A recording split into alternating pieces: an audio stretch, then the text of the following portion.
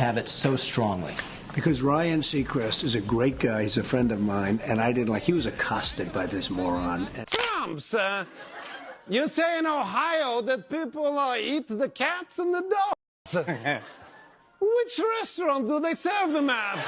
And I didn't like it. I didn't like watching it. And a lot. Clear's throat. Dramatically brace yourselves, dear viewers, for we are about to embark on a journey unlike any other. A tale of epic proportions, where the line between reality and absurdity blurs, and the very fabric of our political landscape is put to the test. It all began with a single tweet. He's a bad guy, he's a moron, and he should have been, I wish I was the security guard just for that one moment. A tweet that would send shockwaves through the internet and beyond. For you see, we're about to uncover the bizarre, the utterly ridiculous, and the... Which I'm not going to spoil. Well, it's a fairy tale ending, so Donald Trump contracts HIV at the end. Downright hilarious tale of one Donald Trump, the man who seemingly defies all logic and reason. Please don't forget to subscribe and like this video. It is free and help us bring you enjoyable content. And of course, watch till the end. Once upon a time, in a land not so far away, there lived a man who fancied himself a real-life Midas, a master of the business world whose golden touch could turn even the most mundane venture into a roaring success.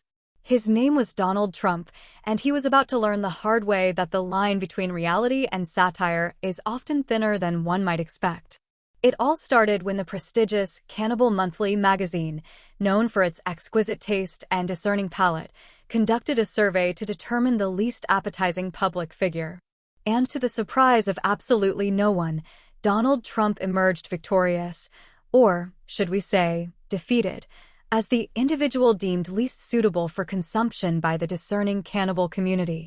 The results were not at all shocking, said Greta Gutenberg, the magazine's chief culinary correspondent. Mr. Trump's unique blend of excessive self-importance, questionable hygiene, and an aura of general unpleasantness simply did not appeal to our more refined members. We prefer our meals to be, shall we say, a bit more palatable. But this dubious honor was merely the tip of the iceberg when it came to the enigma that was Donald Trump. For you see, this man was not just the least edible human on the planet.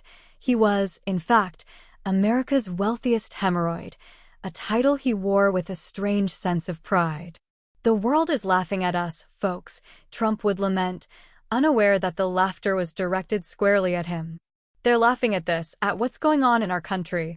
We're not going to be a laughingstock like we have been, believe me. Little did he realize that the world wasn't laughing with him, but rather at him, a walking, talking punchline whose every utterance and action served to cement his status as the court jester of global politics. And yet, in a move that can only be described as a cosmic joke of epic proportions, this man, this walking, talking hemorrhoid, decided to run for the highest office in the land.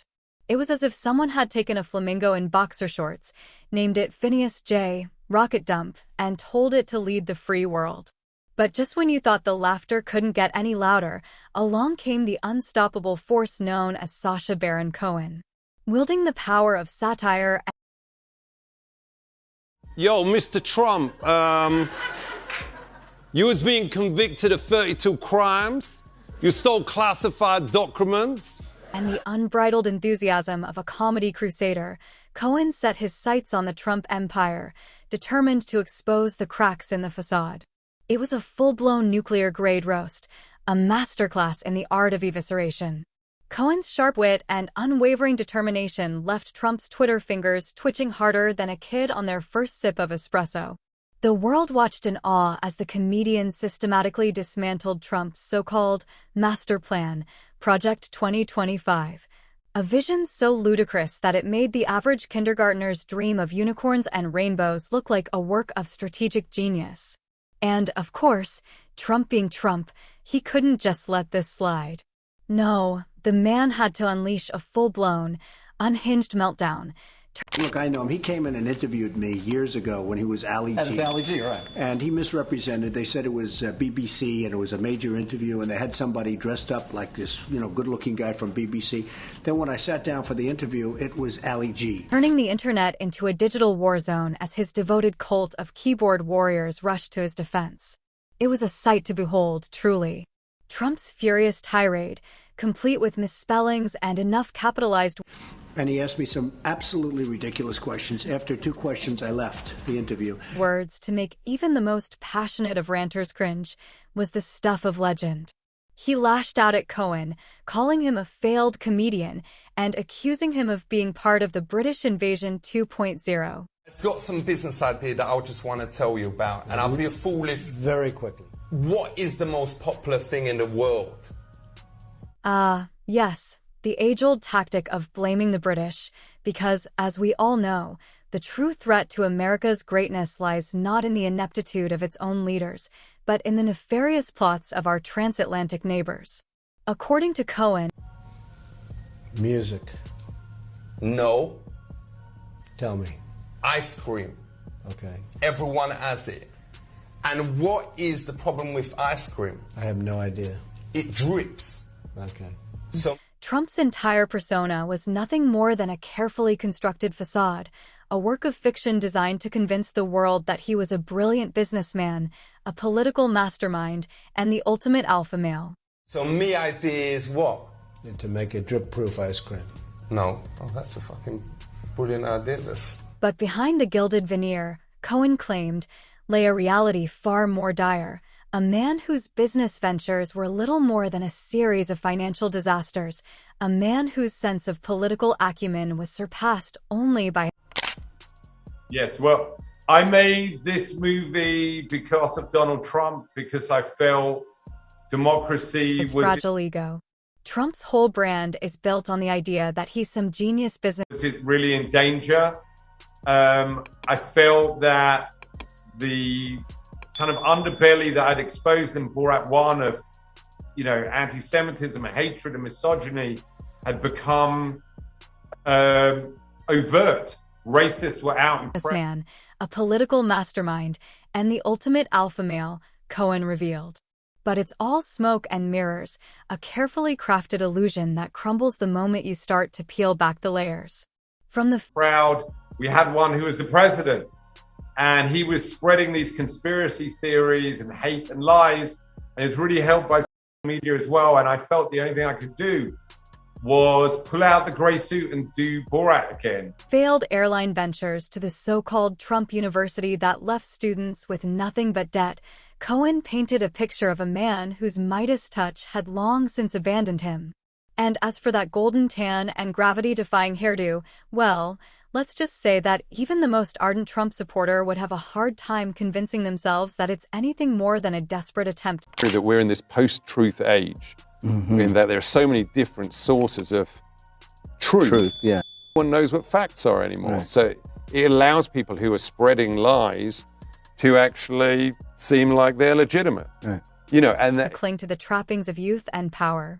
But perhaps the most delightful aspect of this entire saga was Trump's desperate, almost pathetic, quest to be taken seriously. He raged against the laughter, I want to see what's the effect of somebody who's kind of spreading lies with this kind of these new means of proliferating. Yeah. Twitter. Trump without Twitter probably would not have become president. The sheer audacity of the world to dare question his greatness. We're not going to be a laughingstock anymore, folks. There's no stigma attached to AIDS anymore. It's not. It's like syphilis now. I mean, it's treatable. It's treatable, isn't it? Yes. It's not the 80s anymore. So, obviously there's some complaints. He bellowed, his face contorted in a mix of anger and pure, unadulterated confusion. The world laughs at us, but not for long. We're going to show them. We're going to make them respect us. And so... Because it's very, very bad associating AIDS with Donald Trump, particularly for AIDS. Yeah. Dear readers, we find ourselves in a world where the line between satire and reality has become so blurred that it's hard to tell where one ends and the other begins. A world where a man who was once deemed too unpalatable for Democracy, which depends on shared truths, is in retreat, and autocracy, which depends on shared lies, is on the march. Hate crimes are surging, as are murderous attacks on religious and ethnic minorities. Now, what do all these dangerous trends have in common? I'm just a comedian and an actor, I'm not a scholar, but one thing is pretty clear to me. cannibals is now the former leader of the free world, leaving us to wonder if this is all just one elaborate prank, a cosmic joke that we're all unwitting participants in. But alas, the laughter soon fades. All this hate and violence is being facilitated by a handful of internet companies that amount to the greatest propaganda machine in history. These platforms depend on deliberately amplify the type of content that keeps users engaged. Stories that appeal to our baser Placed by a growing sense of unease and a deep, burning question. How on earth did we get here?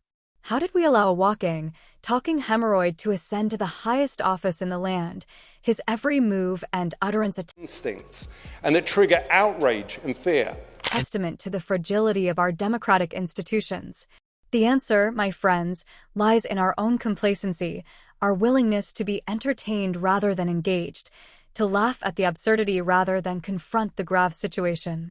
So, let us heed the warning, dear viewers, and remember that the road ahead is paved with challenges and uncertainty. But if we can summon the courage to face them head-on, to embrace the absurdity with a steely determination, then perhaps, just perhaps, we can write a new chapter in the annals of American history, one where the laughter turns to applause. And the hemorrhoid is relegated to the dustbin of infamy, where it rightfully belongs.